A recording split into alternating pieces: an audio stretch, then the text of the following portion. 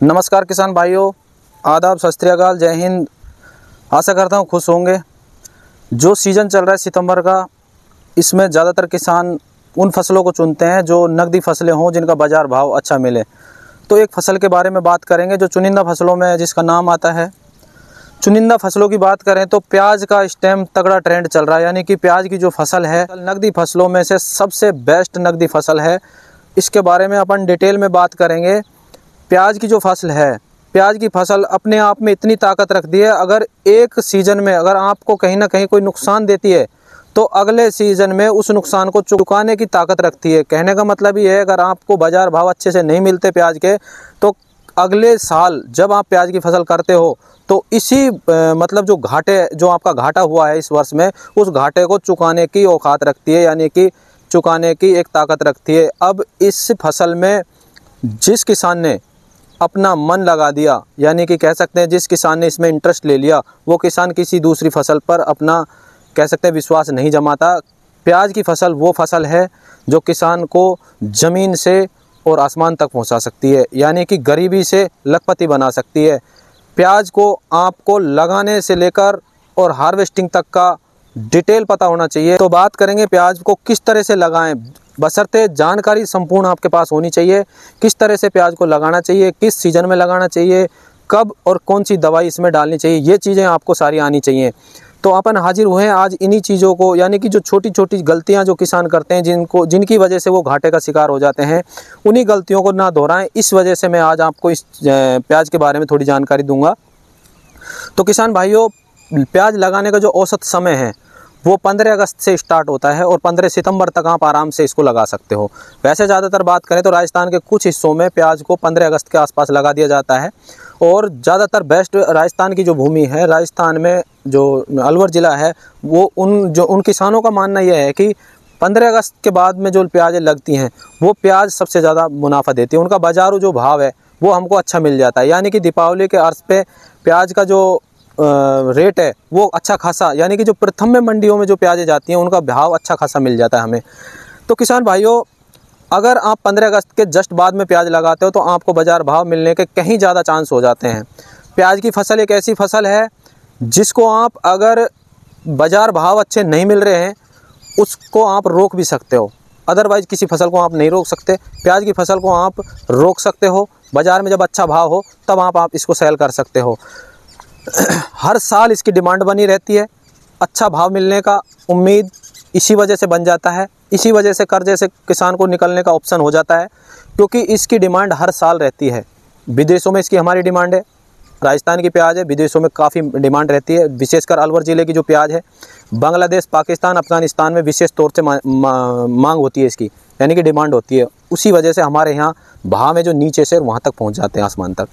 उसमें काफ़ी किसानों को अच्छा लाभ मिलता है, यानी कि कह सकते हैं दुगना लाभ मिल जाता है। बाज़ार भाव की बात करें, अभी भी थोक रेट 50 से 45 रुपये किलो प्याज का लमसम चल रहा है। रिटेल की बात करें तो 60-65 रुपये किलो बाज़ार में प्याज बिक रही है। आने वाले समय में भी प्याज का भाव डाउन नहीं होगा, क्योंकि राजस्थान में इस वर्ष काफ़ी अच्छी बारिश हुई है। काफ़ी किसानों के बीज घर पर रखे हुए हैं, अभी भी खेतों में नहीं लगे। तो किसान भाइयों, जिस तरह से प्याज का रकबा इस वर्ष कम है, चांस ये हैं, जो कृषि विज्ञान है उसकी माने तो प्याज के भाव अभी भी ट्रेंड में रहने वाले हैं, यानी कि आगामी जो समय है प्याज का काफ़ी ऊंचा रेट जाएगा। और कई जो स्टेट हैं उनमें बाढ़ के प्रकोप देखे गए हैं, तो प्याज वहाँ पे तकरीबन रकबे से कम पैदा हुई है। कह सकते हैं लगान जिसको बोलते हैं अपन, प्याज की जो कण लगाया गया है वो काफ़ी कम मात्रा में लगाया गया है, तो उसी वजह से भी बाज़ार में डिमांड ज़्यादा रहेगा और प्याज की आवक कम रहेगी। इस वजह से प्याज का भाव ऊंचे में जाएगा। तो किसान भाइयों, बात कर लेते हैं प्याज को किस तरह से लगाना है। आपको खेत की अच्छे से जुताई कर लें। जुताई करने के बाद में आपको वेसल डोज का उपयोग करना है। जितनी भी कंदमूल फसलें हैं, जितनी भी कंदमूल वर्गीय फसलें हैं, जैसे सब्जी हो गई, कोई भी आलू हो गया, लहसुन हो गई, प्याज हो गया, शकरकंद हो गई, इन सभी फसलों को वेसल डोज की ज़रूरत होती है, जो हमें ज़्यादा प्रॉफिट और लाभ देती है। इनको आपको वेसल डोज से पैदा करना है, क्योंकि इनमें जब आप बोने के बाद में कोई भी न्यूट्रिएंट्स देते हो, खाद देते हो, उसका लाभ फसल को 70 से 75% कम मिलता है। यानी कि कह सकते हैं अपन जितना अपन वेसल डोज में जो खाद देंगे उसका अपन को 100% लाभ मिलेगा, उसके बाद में कम मिलेगा। तो इसी वजह से प्याज को भी मैंने एक वेसल डोज तैयार करके बता रहा हूँ। उस वेसल डोज के माध्यम से आप प्याज कर सकते हैं। आपको गारंटी देता हूँ प्याज अच्छी और बीमारी की पैदा होगी, अच्छा उत्पादन होगा आपका, अच्छी क्वालिटी की प्याज पैदा होगी।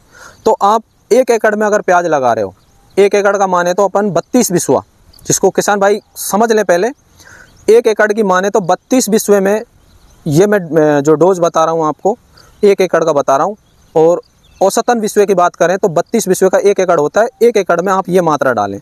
कहने का मतलब जैसे अब वेसल डोज की फर्स्ट की बात करें तो सबसे पहले अपन को क्या लेना है, सबसे पहले डाई अमोनियम सल्फेट यानी कि डीएपी के 2 बैग। अगर देसी खाद आपने गोबर का डाल रखा है तो ये मात्रा आप आधी कर सकते हो। दूसरी चीज़ सिंगल सुपर फास्फेट, इसका आप 50 किलो की मात्रा ले लें। अगर आपने देसी खाद डाल रखा है तो 30 से 25 किलो ले लें।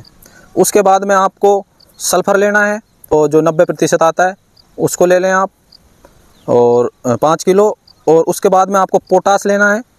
पोटास आपको 50 किलो लमसम, अगर आपने वो डाल रखा है देसी खाद तो इसकी मात्रा आप आधी कर सकते हो, यानी कि 30 किलो ले सकते हो। इसके बाद में आप एक न्यूट्रेंट्स ले लें। न्यूट्रेंट्स की बात करें तो आप उत्तम का संपूर्ण ले लें, जो करीबन 3 किलो ले लें, आराम से आपको वेसल डोज में काम देगा। इसके बाद में आप एक दवाई ले लें जो दीमक, लट और भूमिगत जितनी भी बीमारियां हैं, जैसे सफ़ेद जो लट होती है उसको रोकने के लिए या फिर नीमाटोड जैसी बीमारियों को ख़त्म करने के लिए आप एक दवा का ज़रूर उपयोग करें। इसमें पिप्रोलिन दानेदार आती है, वो ले लें। इसके बाद में आप कार टेप ले लें हाइड्रोक्लोराइड, और उसके बाद में आप एक पेंडामेथालिन ले लें जो खरपतवारनाशी है। इसके बाद में आप एक 20 किलो नाइट्रोजन ले लें, जिसमें आप यूरिया ले सकते हैं।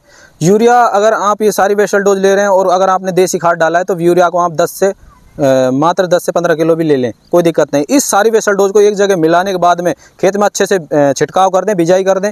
बिजाई करने के बाद में तुरंत खेत की ट्रैक्टर से जुताई कर लें। जुताई करने के बाद में पाटा फेर लें। पाटा फेरने के बाद में ये जो आप देख रहे हो ना, ये खीरे, ये निकाल लें। उसके बाद में आप प्याज लगाएं। डेफिनेट कह रहा हूँ, प्याज 100% अच्छी और बीमारी रहित निकलेंगी, अच्छी पैदावार देंगी आपको। और किसान भाई एक चीज़ का ध्यान जरूर रखें, पानी भराव क्षेत्र अगर हो तो पानी का निकास का अवश्य आप जुगाड़ कर लें, यानी कि पानी निकालने की व्यवस्था ज़रूर कर लें, क्योंकि प्याज में गलन पानी की वजह से बहुत जल्दी पकड़ता है। तो आप इसके लिए पानी का निकास ज़रूर कर लें ताकि पानी भराव नहीं रहे। ये चीज़ का आप विशेष ध्यान दें। डेफिनेट बता रहा हूँ, आपको अच्छा लाभ मिलेगा और अच्छी आपकी हार्वेस्टिंग होगी, उत्पादन आपका डबल होगा। और इसी तरह से आप फसल कर सकते हैं। अगर चैनल पे पहली बार आएँ तो चैनल को सब्सक्राइब कर लें और ये वीडियो उन किसान भाइयों तक पहुंचा दें शेयर करके, जिन किसान भाइयों को ये लाभ मिल सके। तो आप वीडियो को शेयर भी कर दें और चैनल को सब्सक्राइब और लाइक कर दें। धन्यवाद। जय हिंद, जय भारत।